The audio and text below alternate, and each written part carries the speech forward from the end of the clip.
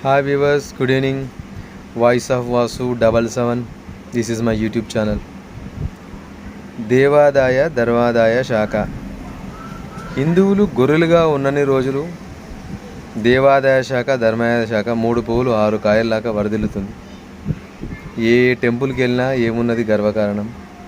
గంటల కొద్ది లైన్లలో నిలబడి కానుకలు సమర్పించి సరి అయిన వసతులు లేకుండా డబ్బులు మొత్తం హుండీలలో వేసి రావడం. స్పెషల్ దర్శనం, సాధారణ దర్శనం, విఐపి దర్శనం, వివిఐపి దర్శనం, చివరికి పరమాత్మని దర్శించుకోవడానికి కూడా స్పెషల్ దర్శనాలు పెట్టి కానుకలు సమర్పించి గొర్రెల్లాక. మరి అదే చర్చికి లేదు, మస్జిద్కు లేదు.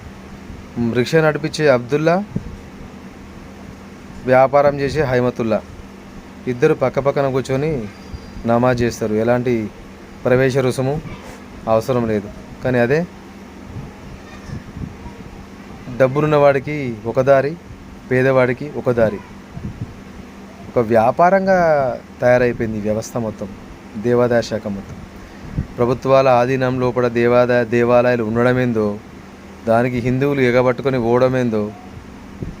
ఒక ట్రస్ట్లో ఉండాలి కానీ దేవాదాయ శాఖ కింద ఉండి ధర్మాదాయ దేవాదాయ కింద జీర్ణోద్ధరణ లేని టెంపుల్స్ చాలా ఉన్నాయి.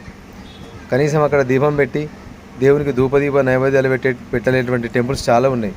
వాటిని జీర్ణోద్ధరణ మాత్రం చేయరు. ఎక్కడ టెంపుల్ లోపల అత్యధికంగా ఆదాయం ఉందో ఆ టెంపుల్ పైన వాడి ఎండోమెంట్ శాఖ, దేవాదాయ శాఖ ప్రజల దగ్గర నుంచి దోచుకునేటువంటి సొమ్ముని ప్రభుత్వ అవసరాలకు, ప్రభుత్వంలో ఉన్నటువంటి రాజకీయ నాయకుల పార్టీ అవసరాలకు ఈ డబ్బులు మొత్తం వాడుకోవడం.